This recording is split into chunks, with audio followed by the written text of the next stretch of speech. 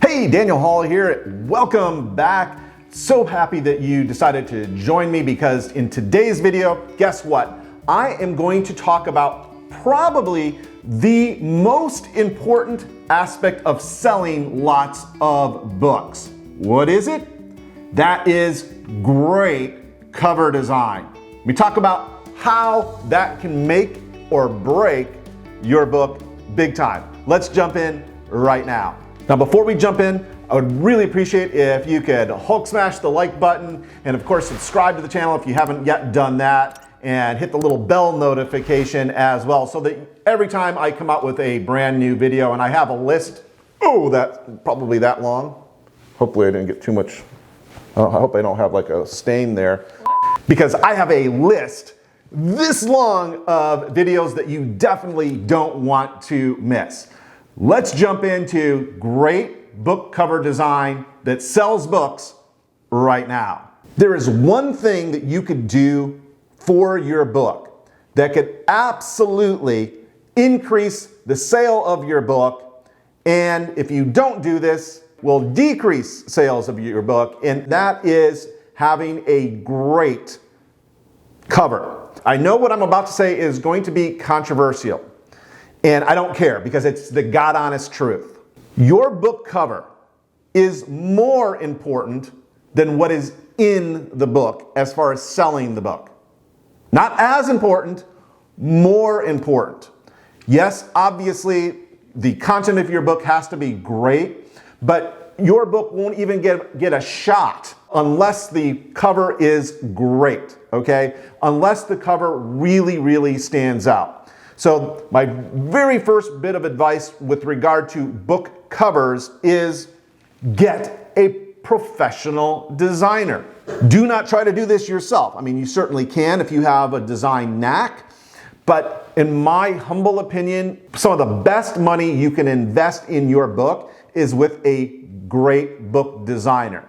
And it doesn't have to cost that much, by the way. As a matter of fact, with my book, Real Fast Writing Here, I paid $25 for this cover, and I think most people agree it's a pretty dang nice cover. And for that $25, it bought me not only the cover for a print-on-demand book, a physical book in other words, but also my Kindle book, as well as I have this in audiobook format, and that you need a square cover for that with all the same design elements.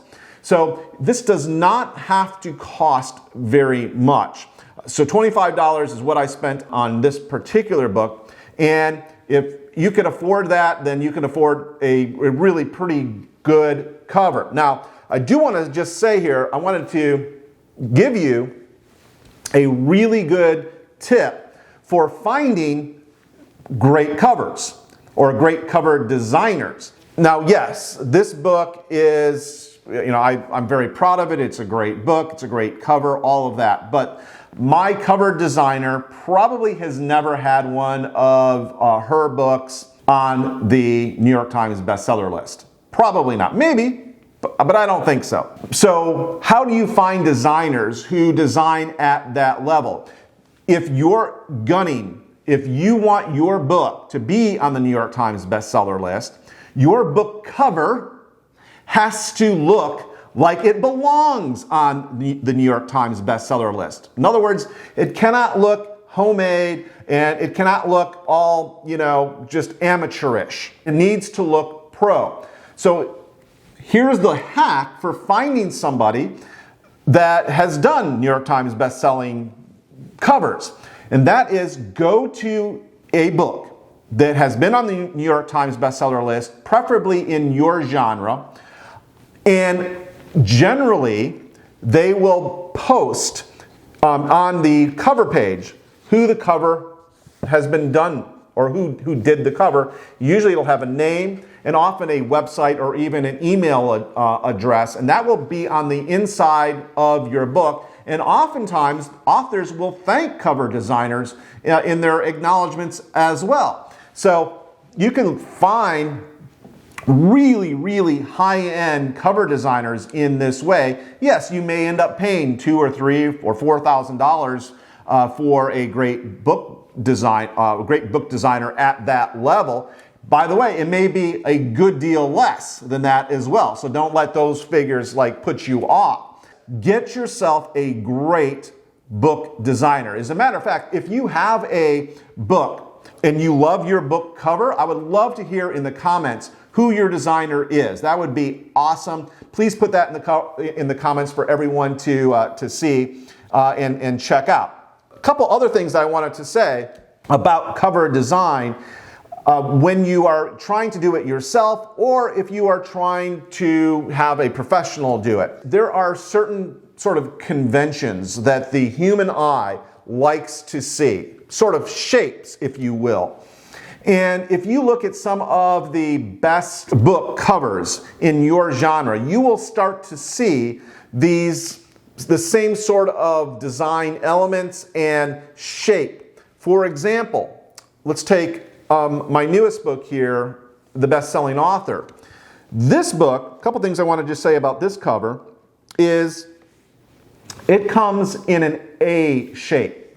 And what I mean by that is, if you draw a sort of an imaginary A over this cover, you could see that this is in the shape of an A, right? You see that? That is one of the ways that, that cover designers will design a book. Oftentimes, they will do like a upside down A, so it's more words up here, more text up at the top, and as it goes down, there's smaller and smaller or less and less words, so it is basically an upside down A. The other thing that will happen is oftentimes they'll design in a Z, so it'll be this way, and then there'll be something like that, and then across. And that, by the way, the design element may not be words. It could be, you know, a design that comes across this way, all right? And then across. And then, of course, the opposite is also true. Keep those sorts of shapes in mind with how it gets set out. Now, the other thing I wanted to just say, let's look at this book. This is one of my journal books. It's called From the Mouths of Babes Journal. A keepsake of astonishing things your child says as they grow. Now, I actually put this cover together completely by myself. One of the things that I wanted to point out about this particular cover, and I think I designed this in Canva, and it's really crucial, especially if you're trying to do this yourself, is I got newish fonts, font design. So what do I mean by this? Again, go back to look at what's selling right now for the kind of book that you're putting out. Look at the fonts that they are using. You know, are they using some old fuddy-duddy font, you know, from the mid-90s? Okay, then maybe you should do the same. And if they aren't, maybe you should not. Get it? So the idea, like, behind this is I found this particular font here was a free font, and this font also free. And again, because I saw some of the best-selling baby journals used fonts like this that were similar to this. And the other thing is I saw lots of pastel colors in many of these kind of journal books that were selling. I actually found these. This was a pattern that I believe I found on Pixabay.com, which is a great resource, by the way, if you're not already familiar with it, because it has all kinds of free stock images that are in the public domain, okay? By the way, if you want to check out more on public domain and all of its glories for making money, I'll put a video for you somewhere up here, even a whole playlist on that topic. It's really great. At any rate, that's the other thing I wanted to just point out, that not only was I using the fonts, but or similar fonts to what was already selling, but I was also using similar color schemes. In this case, these nice sort of pastels. Now, here's the other thing I wanted to just show you. This is a book that I recently published called Pac-Man Fever. By the way, this is the world's first digital music ebook. So this book is a book that commemorates the 40th anniversary of Pac-Man, which came out, believe it or not, May 20th or May 22nd, 1980. Whew. I remember that big craze. In any event, the thing that I wanted to just point out about this particular cover that you can certainly use is I want you to draw your attention right down here to, you see these laurels, okay? When you see this, and because we've been conditioned to see stuff like this, when you see laurels like this, often we will see it on like movie covers and CD or in the old days DVD covers or on movie posters. Usually we'll see it on like awards. So when you see this on a movie poster, right, you think, this must be a great, a great movie, right? It's one at Sundance or it's one at some festival. Well, that's what I wanted to say, or I wanted to communicate subliminally with this particular cover. And this is another one that I pretty much designed myself. I didn't do it myself. I gave it to my Fiverr person, and she put it together. But it immediately communicates quality because it has the laurel. So and by the way, this book has not won any awards yet. Okay, as of the making of this video, but all it says in the middle, it says Pac-Man Fever 40th Anniversary Collector's Edition. It doesn't have to say that you've won some award, but the idea of quality gets communicated by and through the use of a laurel like that, all right? By the way, the reason why this book is so doggone special is because embedded within the book itself are links to the entire album and the story behind and all the history behind the making of the song and all of that. That's pretty cool, especially I think this is $5 right now on Amazon for the Kindle version. In any event, that's what I wanted to put across on this particular cover, Pac-Man Fever.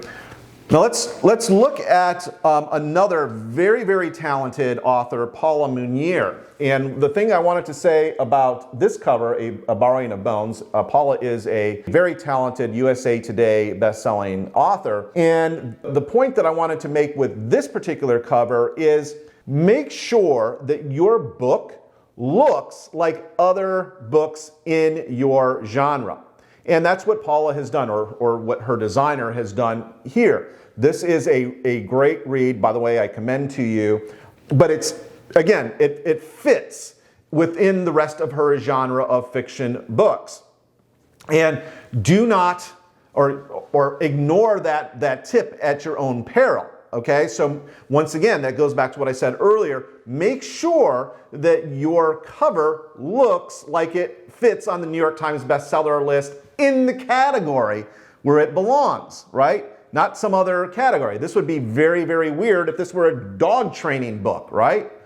It's just like, something doesn't add up. So make sure that your cover fits within your particular category. Okay, so these are a couple really important things to keep in mind when it comes to cover design, whether you're doing the cover yourself, or my strong recommendation is that you have a professional do it for you. Money well spent, or well invested actually. Even with that, keep in mind these ideas that you heard here today, and check them against what you get back from a pro designer, okay? In most cases, a pro designer will have all these things in mind, but just in case, now you are armed with the knowledge, so you know what a good book cover looks like. You know what a best-selling cover looks like. So with that, thank you so much for watching. If you liked the video, or perhaps even loved it, yes, I would really appreciate a Hulk smash on that like button, and of course subscribe to the channel if you haven't yet done that, and hit the little bell notification as well.